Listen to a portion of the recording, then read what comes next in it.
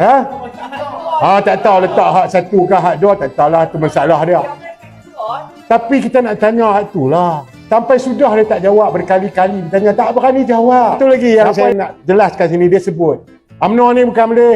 UMNO ni memang dia kaki projek dia tak boleh. Tomolok dia besar. Dia kena nak belah teruk. UMNO ni betul tak dia kata macam tu tuan-tuan dan puan? Betul.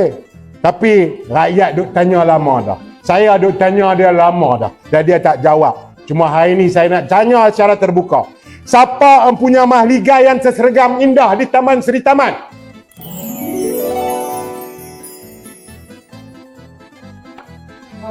Hari ni. Siapa punya rumah? Tanah itu milik siapa? Sebelum ini yang saya faham tanah itu tanah kerajaan. Dah dipindah milik pada siapa? Tolong jawab yang ni. Siapa yang anugerahkan? Anugerahkan pada siapa?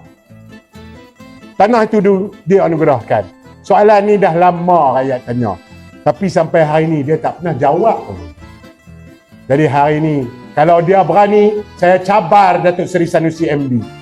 Jawab persoalan ini. Milik siapakah mahligai yang tersegam indah di Taman Seri Taman? Cantik tuan-tuan rumah dia. Rumah ni lah. Katalah rumah dia ada.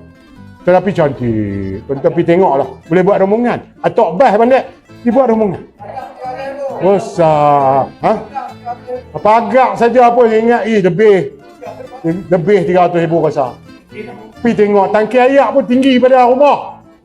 Tak tangki saja. Ha? Tak tahu letak hak satu ke hak dua. Tak tahulah, tu masalah dia. Tapi kita nak tanya hak tu lah. Sampai sudah dia tak jawab berkali-kali. Dia tanya tak berani jawab. Apa yang dia buat? Dia hantar walaun terupa dia pergi tangkap rumah pemimpin UMNO. Oh, rumah kawan pemimpin UMNO ni besar, rumah ni besar. Rumah tu tak jawab juga.